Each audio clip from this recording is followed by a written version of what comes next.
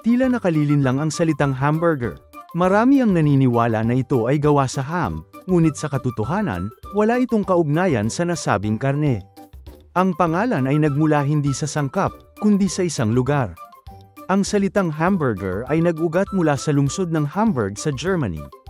Noong ika-19 na siglo, kilala ang Hamburg bilang sentro ng dekalidad na karne ng baka.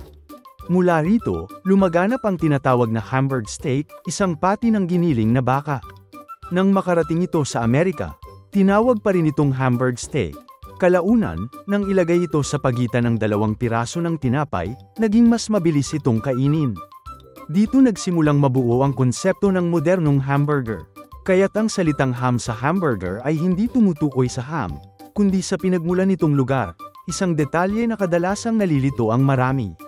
Sa paglipas ng panahon, ang Hamburg steak ay nagkaroon ng bagong anyo sa Amerika. Noong huling bahagi ng 1800s, inimbento ng mga nagtitinda sa kalsada ang ideya na ipatong ito sa tinapay upang gawing portable ang pagkain. Ang terminong hamburger ay pinaikli mula sa hamburger, kung saan ang hulaping ay nangangahulugang mula sa Hamburg. Ito ay kahalintulad ng tawag sa ibang produkto gaya ng New Yorker o Berliner. Dahil dito, unti-unting nalimutan ng mga mamimili ang pinagmula ng pangalan.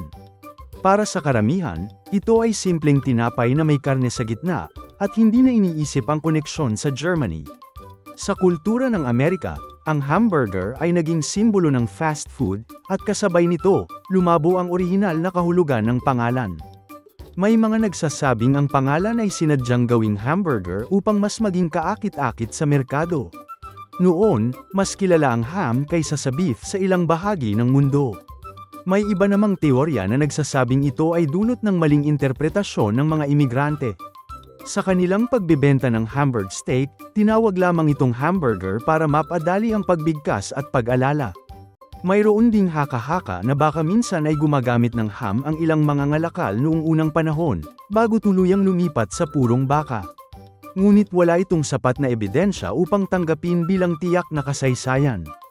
Ang mga teoryang ito ay nagpapakita kung paano nababago ng wika at kalakaran ang kahulugan ng isang salita. Sa kasalukuyan, malinaw na ang hamburger ay karaniwang gawa sa karne ng baka, hindi sa ham.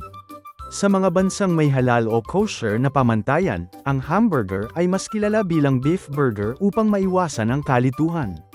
May ilang uri ng burger na gumagamit ng ibang karne, gaya ng chicken burger, fish burger, o vegetarian burger.